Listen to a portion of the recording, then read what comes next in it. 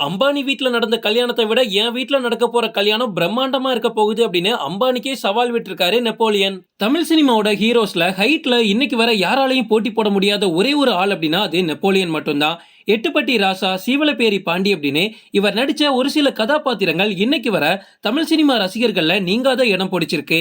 சினிமாவை தாண்டி அரசியலுக்கும் வந்து திமுக அரசோட ஆட்சியில நாடாளுமன்ற உறுப்பினராகவும் நெப்போலியன் இருந்திருக்காரு. மயிலாப்பூர்ல ஆரம்பிச்ச இவரோட தொழில் இன்னைக்கு அமெரிக்கா, ஐரோப்பா அப்படின்னு பயங்கரமா வளர்ந்து நிக்குது. ஜீவன் டெக்னாலஜியோட ஹெட் ஆபீஸ அமெரிக்காவிலேயே இவர் ஸ்டார்ட் பண்ணி நெப்போலியன் குடும்பத்தோட அங்கேயே செட்டில் ஆயிட்டாரு. அது மட்டும் இல்ல, அமெரிக்காலேயே இயற்கை விவசாயத்தையும் பண்ணிக்கிட்டு தன்னுடைய மகன் தனுஷ்க்கு ஏற்பட்ட தசை அலர்ஜி நோய்க்கு அங்கதான் ஒரு சூப்பரான ட்ரீட்மெண்ட்டும் கிடைக்கும் அப்படின்னு மொத்தமா அமெரிக்காலேயே செட்டில் ஆனாங்க. அந்த நோயை வச்சுக்கிட்டு இவ்வளவு நாள் சர்வே ஆனதுக்கு காரணம் அமெரிக்கால கொடுத்த ட்ரீட்மெண்ட் தான். அதை யாரும் மறுக்க மாட்டாங்க. இன்னைக்கு வர தனுஷ் இந்த நோயை வச்சுக்கிட்டு உயிரோட இருக்கிறதுக்கு காரணமும் அவங்க கொடுக்கிற சிகிச்சை தான். பட் தனுஷோட வாழ்க்கையை அப்படியே வீலிங் சேர்ல மட்டும் தான் ஓடிட்டு இருக்கு. இப்போ தனுஷ்க்கு திருநெல்வேலியில ஒரு பொண்ணை பார்த்து கல்யாணமும் பண்ண போறாங்க. நிச்சயதார்த்தமும் நடந்து முடிஞ்சிச்சு. நெப்போலியனோட மகனால விமானத்துல பயணம் பண்ண முடியாது. அதனால வீடியோ கால்லயே இந்த என்கேஜ்மெண்ட்டை நடத்தி முடிச்சிட்டாங்க. கல்யாணத்துக்கு வரக்கூடிய எல்லாரையுமே சொகுசு கப்பல்ல தான் நெப்போலியன் கூட்டிட்டு வர போறாரு ஜப்பானுக்கு.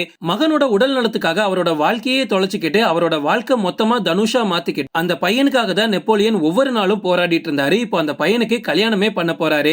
அம்பானி எப்படி அவரோட பையனுக்கு பிரம்மாண்டமா கல்யாணத்தை நடத்தினாரோ, எவ்வளவு கோடி செலவானாலும் பரவாயில்ல, பிரம்மாண்டமா கல்யாணம் இருக்கணும் அப்படின்னு தான் ஜப்பான்ல பிளான் பண்ணிருக்காங்க.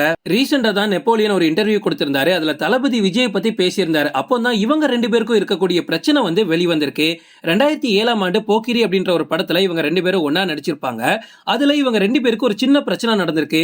போக்கிரி படத்தோட ஷூட்டிங் டைம்ல விஜய் கேரவன்ல ரெஸ்ட் எடுத்துட்டு இருந்திருக்காரு. அப்போ நெப்போலியனோட ஃப்ரெண்ட்ஸ் வந்து அமெரிக்கால இருந்து வந்திருக்காங்க. அவங்களுக்கு விஜய் கூட போட்டோ எடுக்கணும் அப்படின்னு ரொம்ப ஆசையா.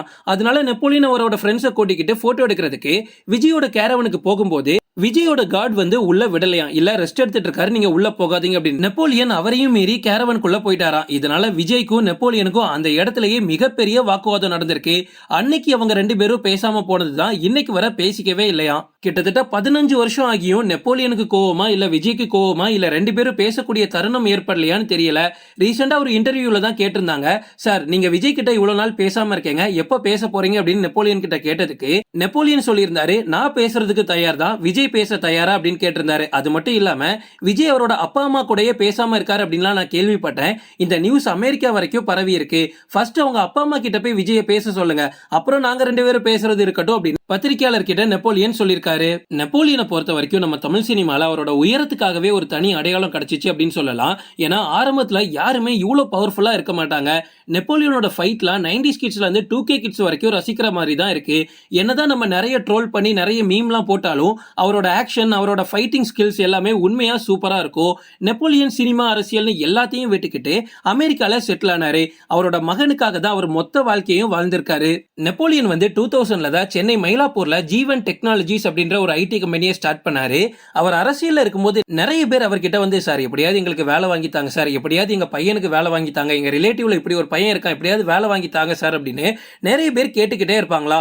அப்போதான் நெப்போலியனுக்கு இந்த ஒரு ஐடியா வந்திருக்கு, நம்மளே ஒரு கம்பெனி ஸ்டார்ட் பண்ணிட்டா என்ன, நம்மளே நிறைய பேருக்கு வேலை கொடுத்துடலாமே அப்படின்னு ஸ்டார்ட் பண்ணதுதான் இந்த ஐடி கம்பெனி. அப்படியே சென்னையிலேயே க்ரோ ஆயிருக்கும். பட் அவரோட மகனோட ட்ரீட்மெண்ட்டுக்காக அவர் சென்னை வந்தாரு. அப்போ பிசினஸ் விட முடியாது இல்ல, அப்படியே அதோட ஹெட் ஆபீஸா அமெரிக்கால போட்டு அமெரிக்காலையும் நிறைய பேருக்கு வேலை கொடுத்திருக்காரு நெப்போலியன். சின்ன வயசுல இருந்தே நெப்போலியனுக்கு விவசாயம் பண்ணணும் அப்படின்னு ரொம்ப ஆசை இருந்திருக்கு. அது அமெரிக்கால பண்றது அவருக்கு மிகப்பெரிய சந்தோஷத்தை கொடுக்குதான். நெப்போலியனோட ஜீவன் டெக்னாலஜி கம்பெனி ஒரு வருஷத்துக்கு $61 மில்லியன் ரெவன்யூவா கொடுத்துட்டு இருக்கு.